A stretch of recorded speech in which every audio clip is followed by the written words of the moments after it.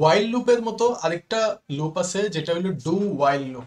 এখন এর আগে তুমি ওয়াইল লুপটা দেখছো, while false alert do the while loop. এখন তুমি জানো যে এই কন্ডিশনটা সবসময় ট্রুথই থাকতে হয় এই এক্সপ্রেশনের ভিতরে। এটা যেহেতু ফলস, এটা কখনোই রান হবে না। আমি যদি টিপ দেই, এই যে দেখো এটা রান হবে না। কিন্তু কোনো কোনো সিচুয়েশনে এমন হয় যে আগে তোমার একবার এটলিস্ট রান করো, এরপরে গিয়া তুমি কন্ডিশনটা দেখো। তো এটার রিভার্স অন্যরকম একটা লুপ আছে, সেটা হলো ডু ওয়াইল লুপ। তো এটার সিনট্যাক্সটা অনেকটা এরকম, ডু লিখতে হবে, এরপরে একটা ব্লক দিতে হবে। ব্লকের ভিতরে তোমার এই মেন কোডটা থাকে, স্টেটমেন্টটা থাকে যা তুমি করতে চাও। এরপরে তোমার ওয়াইল লুপটা আসে, ওয়াইল পার্টটা এই পাশে আসে, মানে শেষে আসে। তো তার মানে প্রথমে সেই অ্যালার্টটা সে একবার দিবে, এরপরে সে ওয়াইলের কন্ডিশনটা দেখবে। এখন দেখো ওয়াইলের কন্ডিশনটা কি কিন্তু ফলস, তার মানে এটা রান হবে না।